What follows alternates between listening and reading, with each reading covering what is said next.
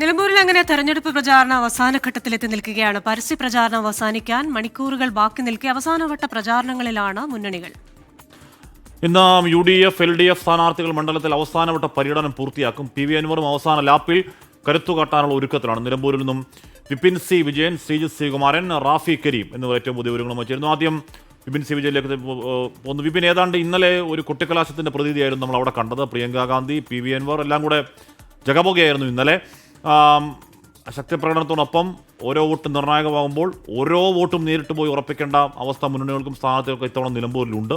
എന്താണ് നാളെ പരസ്യ പ്രചാരണം പൂർത്തിയാവാനിരിക്കെ ഇന്നത്തെ രാവിലത്തെ കാഴ്ച? Vipin, good morning.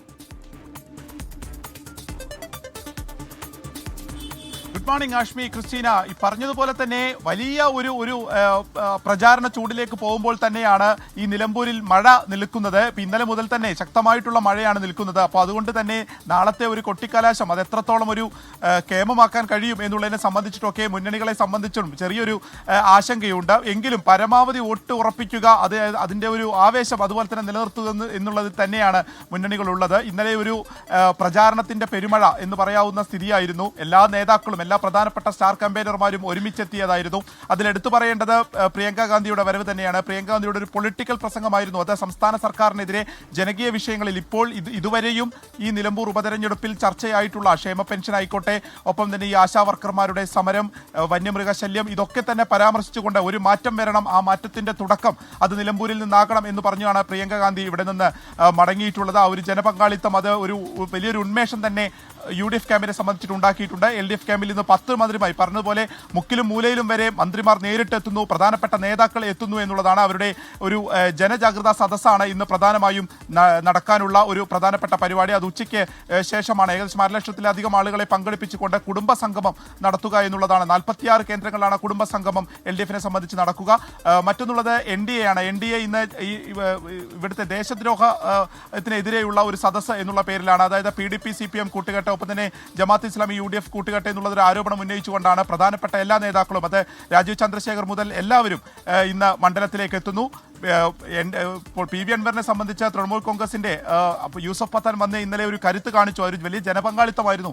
അതുകൊണ്ട് തന്നെ ആ ഒരു ജനം ആർക്കായിരിക്കും ഒപ്പം നിൽക്കുക, അത് PV അൻവർ വോട്ട് പിടിക്കുകയാണെങ്കിൽ അത് ആരെ ബാധിക്കും എന്നതിനെ സംബന്ധിച്ചിട്ടുള്ള ഒരു ചർച്ച കൂടി ഇതിനോടകം തുടങ്ങിയിട്ടുണ്ട്. കാരണം അത്രത്തോളം വലിയൊരു ആൾക്കൂട്ടത്തിൽ ഇന്നലെ ഒപ്പം കൂട്ടാൻ PV അൻവറിന് സാധിച്ചിട്ടുണ്ട്.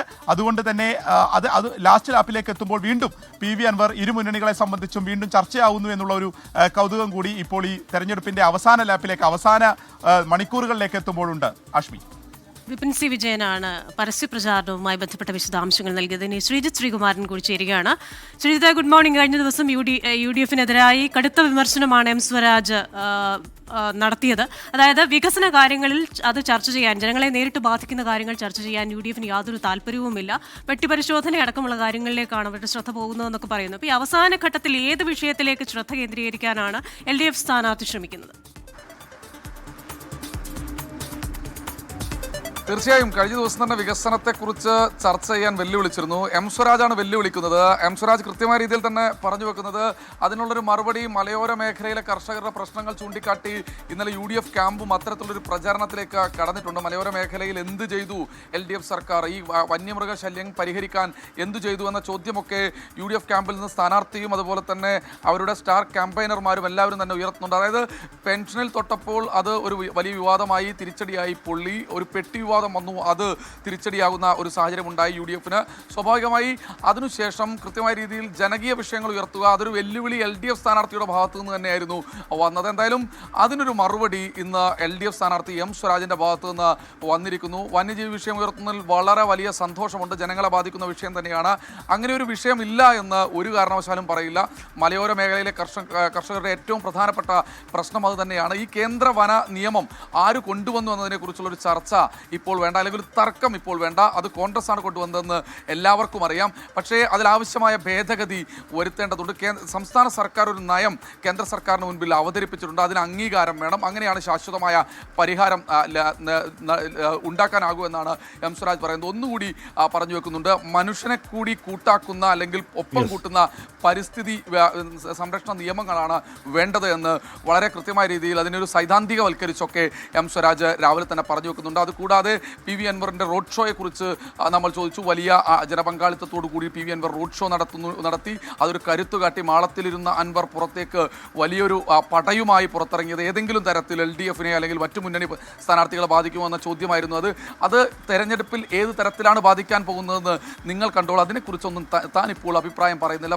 തെരഞ്ഞെടുപ്പിന്റെ ഏതൊരു ഘട്ടത്തിലും അദ്ദേഹത്തെക്കുറിച്ച് ഒരു അഭിപ്രായത്തിനും താൻ തയ്യാറായില്ല എന്നാണ് പറയുന്നത്. പക്ഷേ ഇടതു നേതൃത്വം അല്ലെങ്കിൽ LDF ക്യാമ്പിൽ MV ഗോവിന്ദൻ അടക്കമുള്ള ആളുകൾ ഈ വിഷയത്തിൽ ഒരു പ്രതികരണം നടത്തുമെന്ന് പ്രതീക്ഷിക്കുന്നുണ്ട്. പക്ഷേ ഇപ്പോഴും ജമാഅത്തെ ഇസ്ലാമിയുടെ UDF ബന്ധം ചൂണ്ടിക്കാട്ടി ആ വിഷയങ്ങളൊക്കെ വളരെ സജീവമായി ചർച്ചയാവുകയും ചെയ്യുന്നു. റാഫി കരീം കൂടി ചെയ്യുന്നുണ്ട്. റാഫി, ഇനി മണിക്കൂറുകൾ മാത്രമേ ഉള്ളൂ. ഈ പറയുന്ന രീതിയിൽ ഈ അവിടെ P V Anwar factor unpredictable ആക്കുന്ന അവിടുത്തെ സാഹചര്യം, ഇപ്പോഴും എത്ര വോട്ട്, എങ്ങോട്ടേക്ക് ആരുടെ വോട്ട് എന്നതിനെപ്പറ്റി യാതൊരു പിടിയും അവിടെ ആർക്കും ഓരോരുത്തർ ഓരോന്ന് പറയുന്നുണ്ടെങ്കിലും അപ്പോൾ ഓരോ വോട്ടും അതിനിർണായകമാണ്. ഇന്ന് ഷൗക്കത്ത് ഏത് മേഖലയിലാണ്, പ്രചരണം എങ്ങനെയാണ്? റാഫി.